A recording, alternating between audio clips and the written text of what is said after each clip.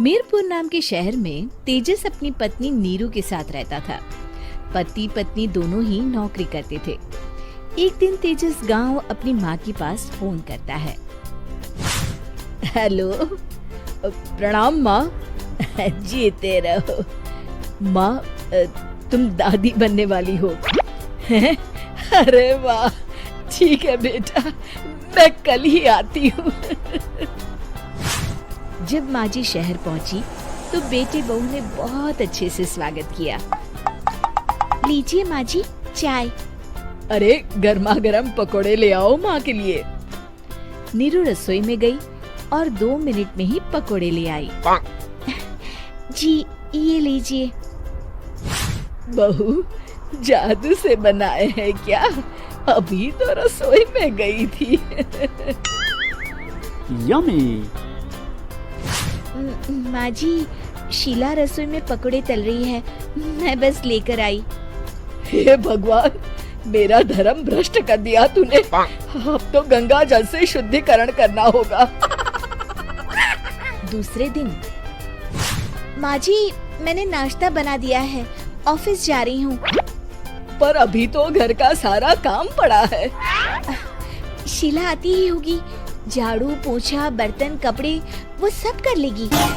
हमारे जमाने में घर का सारा काम हम ही करते थे। जी माँ जी, आप बहुत होशियार हैं, मैं घर ऑफिस दोनों नहीं संभाल पाती। तो जरूरत क्या है घर से बाहर जाकर चाकरी करने की?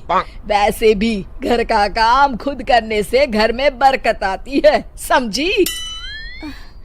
पर माँ जी। पर वर कुछ नहीं, इस महीने की पगार मिले फिर ऑफिस बंद। हाँ।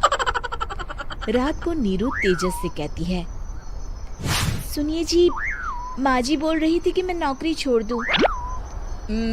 वैसे ठीक ही तो है, अभी तुम्हें आराम की जरूरत है।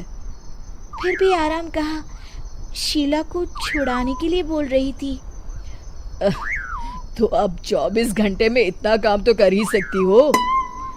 पर जॉब पसंद है मुझे, घर पर मन नहीं लगेगा।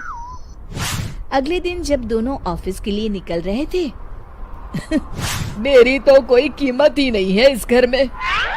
माँ जी, आजकल महंगाई बहुत है, रहन सहन भी बदल गया है, दोनों नौकरी करते हैं तभी ठीक रहता है।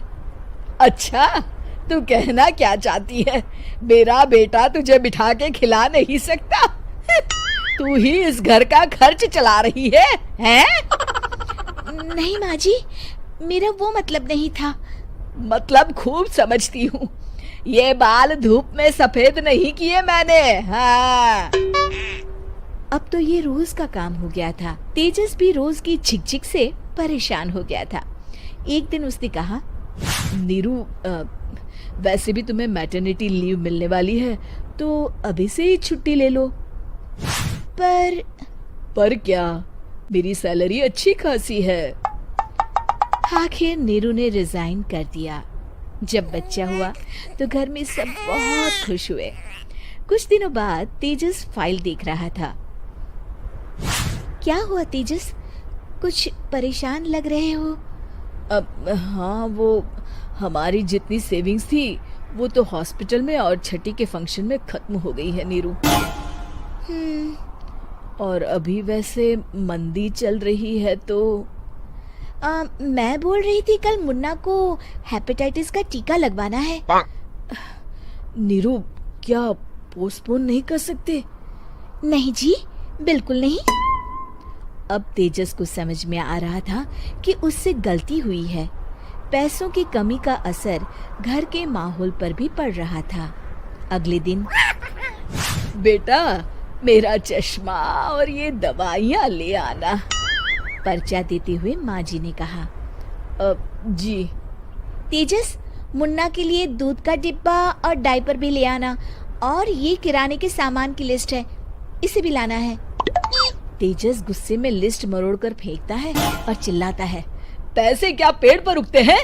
ये ले आना, वो ले आना। अरे, पर ये जरूरत का सामान ही है। वो गुस्से में बिना कुछ कहे ऑफिस चला गया।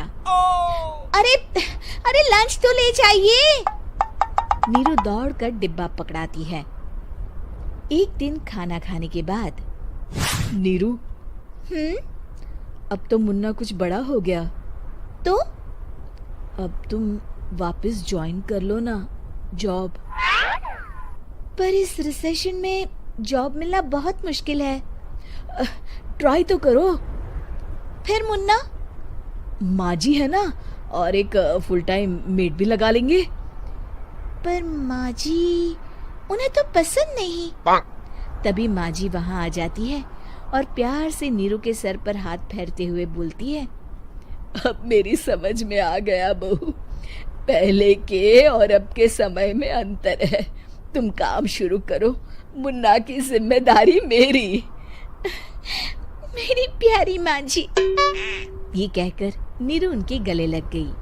शिक्षा, परिवर्तन संसार का नियम है, हमें भी समय के साथ चलना चाहिए।